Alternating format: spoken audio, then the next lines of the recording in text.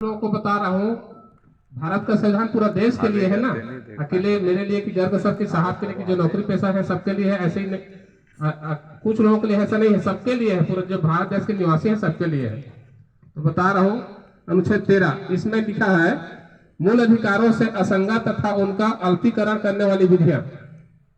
13 का अनुच्छेद 13.1 में लिखा है, इस संविधान के प्रारंभ होने से ठीक पहले भारत राज्य क्षेत्र में सब प्रवृत्त विधियां उस मात्रा तक शून्य होगी जिस तक कि वे इस भाग के उपबंधों से असंगत है। मतलब जितना भी रीति रिवाज परंपरा है वो सब सारा चीज संविधान बनने के पूर्व जितना ही बना था वो सब शून्य की जाती है, मतलब निःसरण, मतलब शून्य की जाती है, मतलब खत्म है। और इसके बाद है समता का अधिकार, अनुच्छेद 14 है, विधि के समक्ष समता।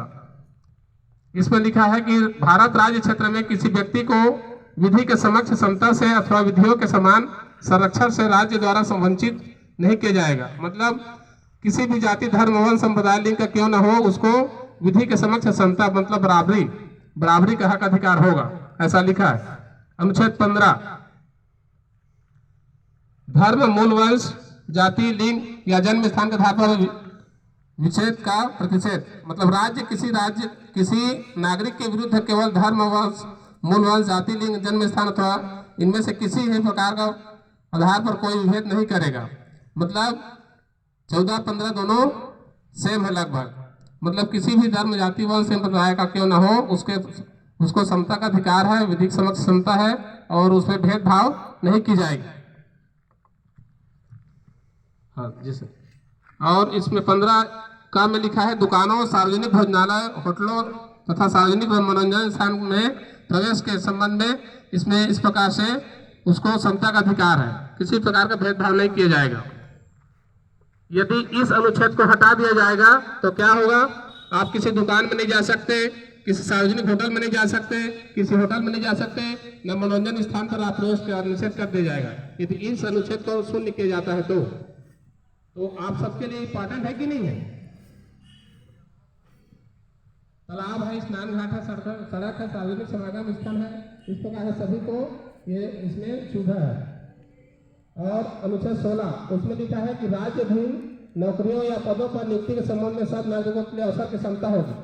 किसी भी जाति धर्म वंश संप्रदाय के आधार पर उसमें विभेद नहीं किया जाएगा। मतलब नौकरी वगैरह है, सब में सभी को अवसर की समता होगी। तो आप सबके लिए है, एक अकेले के लिए नहीं है। पूरा भारत देश में जितने भी निवासी सबको समान अधिकार है, सबको समता का अधिकार है इस अनुच्छेद के तहत। यदि इस अनुच्छेद को हटा दिया जाएगा तो क्या होगा, आपको जन्म धर्म लिंग संप्रदाय के आधार पर आपको अवसर नहीं मिलेगा, तो आपको नौकरी से वंचित कर दिया जाएगा, आप नियुक्ति नहीं कर पाएंगे, आपको पद नहीं मिलेगा। इसके बाद है अनुच्छेद 17 अस्पृश्यता का अंत। इसमें लिखा है कि अस्पृश्यता का अंत किया जाता है कि उसका किसी भी रूप में आचरण निषिद्ध किया जाता है। अस्पृश्यता से उपजी किसी नियोक्ता को लागू करना अपराध होगा जो कि विधि के अनुसार दंडनीय होगा। अस्पृश्यता मतलब होता है छुआछूत, मतलब किसी भी जाति धर्म और संप्रदाय का हो उसको छुआछूत नहीं मानना है।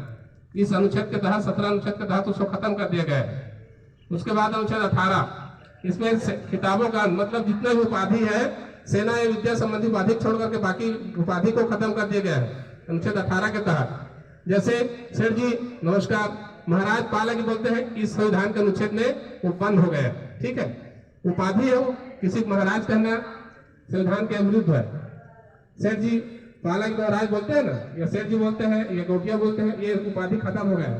सिर्फ सेना और विद्या संबंधी है, दो ही क्षेत्र में उसको आपको दिया गया, बाकी क्षेत्र में उपाधि का अंत कर दिया गया है।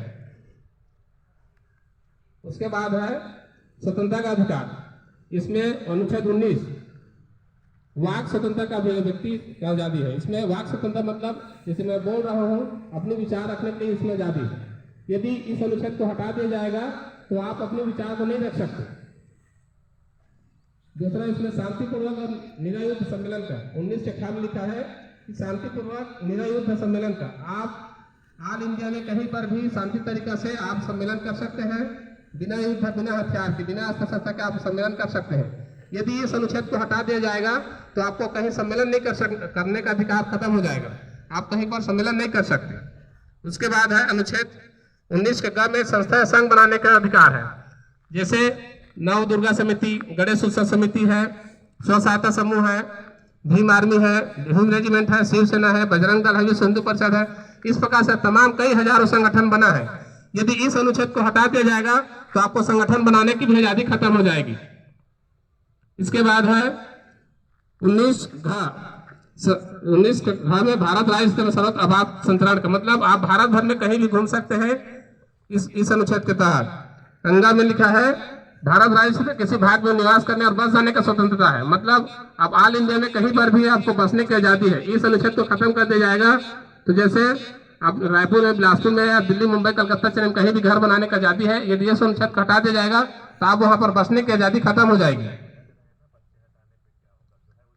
जी सर। 19(च) में संपत्ति अर्जन करने का अधिकार है और 19(ख) में कोई व्यक्ति उपजीविका, व्यापार, कारोबार का अधिकार है। जितना भी धंधा बिजनेस करते हैं ये सब इसी अनुच्छेद के तहत है। इस अनुच्छेद को हटा दिया जाएगा तो आपको कोई भी दुकान धंधा नहीं कर सकते आप लोग। तो इस प्रकार से आप सबके लिए संविधान इंपॉर्टेंट है, महत्वपूर्ण है।